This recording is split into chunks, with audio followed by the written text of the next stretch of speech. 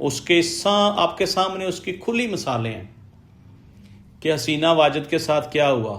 ناظرین یہاں میں ایک چیز بتا دوں کہ اس وقت اسی طرح کا لاوا پک رہا ہے پاکستان میں۔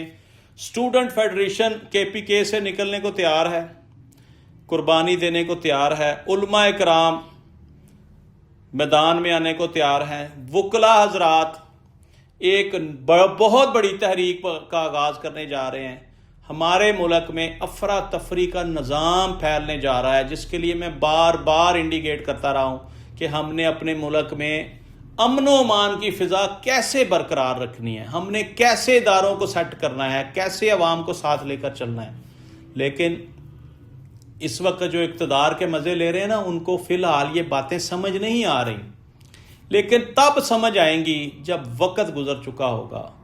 ناظرین آپ کو یاد ہوگا کہ بنگلہ دیش میں جب انقلاب آیا تو 1400 شہادتیں ہوئی، 1400 شہادتیں ہوئیں۔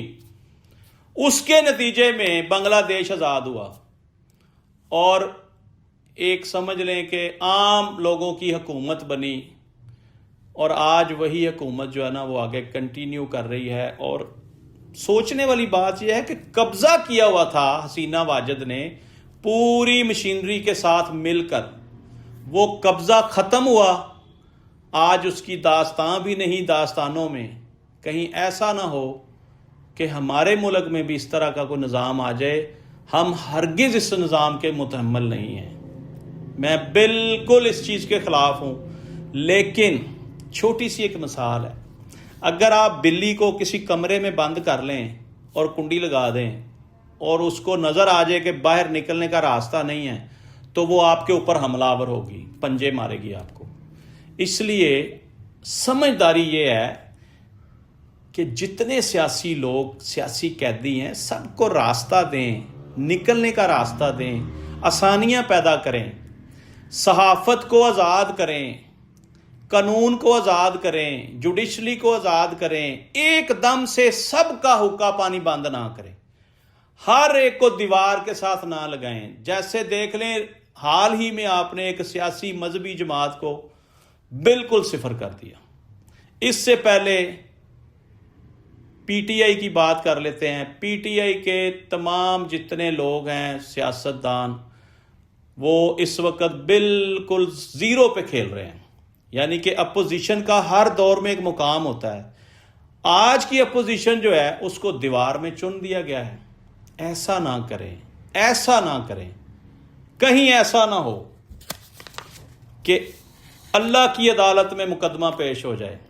واہ جی واہ، اللہ کی عدالت میں اگر مقدمہ پیش ہو گیا تو پھر یاد رکھیں اس عدالت سے آپ ڈریں،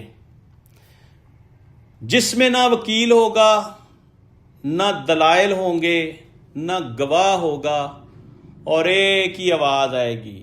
میں آیت پڑھ دیتا ہوں، وَامْتَازُوا الْيَوْمَ أَيُّهَا الْمُجْرِمُونَ، اے مجرموں آج الگ ہو جاؤ۔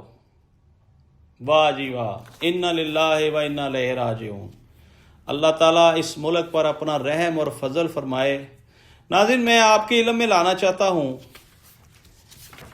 کہ بنگلہ دیش کی سابق وزیر اعظم شیخ حسینہ واجد کو 3 رکنی ٹربیونل نے سزائے موت سنا دی ہے۔ اب آپ دیکھ لیں کہ خدا کی لاٹھی کتنی بے آواز ہے۔ فیصلے دیکھیں کس عدالت میں ہو رہے ہیں، اللہ کی عدالت میں، کیونکہ 1400 لوگوں نے اپنا خون دیا ہے، جانوں کا نذرانہ پیش کیا ہے۔ ناظرین اس وقت حسینہ واجد بھارت میں پناہ لیے ہوئے ہیں، اور اس کا رجیم چینج، تبدیلی میں پاکستان کے لیے بھی کچھ اسباق ہیں۔ یہ جو رجیم چینج وہاں پہ ہوا ہے، اس طرح کے حالات مجھے پاکستان میں بھی نظر آ رہے ہیں۔ عوام میں بھی لاوا پک رہا ہے، اور جب یہ لاوا پھٹے گا تو ذرا سوچیں کیا ہوگا۔ حسینہ واجد جس نے 15 سال حکومت کی اور پھر طلبہ تحریک کے نتیجے میں نہ صرف حکومت ختم ہوئی بلکہ اسے ملک سے فرار ہونا پڑا۔ کہندے نا جتیاں چھڈ کے نسنا پیا، پھر جتیاں چھڈ کے نسنا پیا۔ ہر چیز بنگلہ دیش میں رہ گئی، مال و دولت، جائیدادیں، گاڑیاں، بنگلے، پتہ نہیں کیا کیا، بینک بیلنس، سب کچھ سائیاں نے چکر نہیں دیتا. سائیاں نے کیا نسو تو جتی بھی نہیں پان دیتی. یہ ہوتا ہے انقلاب، یہ ہوتی ہیں قومیں. کب ہم قوم بنیں گے، آپ کے لیے میں سوال چھوڑ کے جا رہا ہوں. اس نے بھی الیکشن قوانین میں ایسی تبدیلیاں کی تھی جیسی اس وقت پاکستان میں ہو رہی ہیں، من مانی کی تبدیلیاں.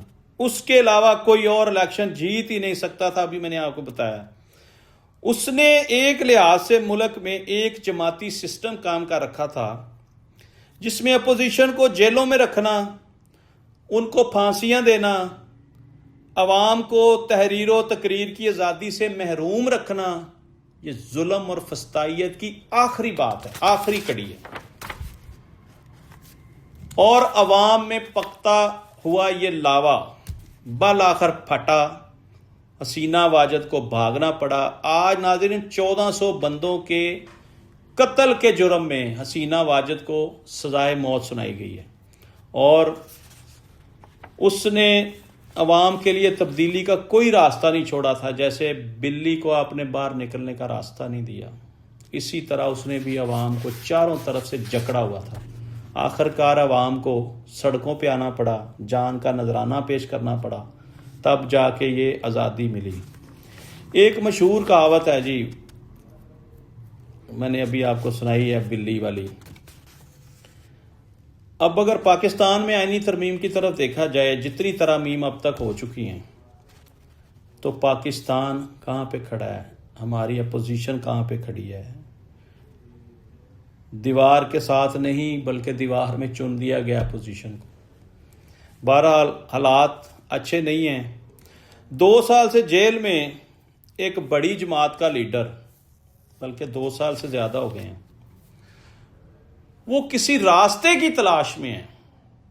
کون دے گا راستہ، مجھے بھی بتا دیں. عوام اور اداروں میں ٹکراؤ ہونے جا رہا ہے. میں ایک بہت خطرناک ایکٹ ہوتے دیکھ رہا ہوں. اللہ کرے کہ ہمارے ملک میں کچھ ایسا نہ ہو. ہمارا ملک ترقی کی راہیں طے کرے، تمام منازل آسانی سے ہمارا ملک طے کرے، ہمیں باہر کے ملکوں میں کام کے لیے نہ جانا پڑے. ناظرین، آج تک کے لیے اتنا ہی. میرے اس پروگرام میں ایک لیسن تھا، ایک سبق تھا. اگر آپ کو میری بات سمجھ آ گئی ہو تو کمنٹس کر کے بتائیے گا کہ یہ حسینہ واجد کے ساتھ جو ہوا اس کے پیچھے کیا وجہ تھی، اور جو ہمارے حکمران اور برسر اقتدار لوگ اور ملک کے مالک جو اس ملک کے ساتھ کر رہے ہیں، ان کے ساتھ کیا ہوگا. آج تک کے لیے اتنا ہی. اپنے میزبان ملک یامین اوان کو اجازت دیجیے. کل پھر ایک نئے پروگرام کے ساتھ آپ کی خدمت میں حاضر ہوں گے. پاکستان زندہ باد.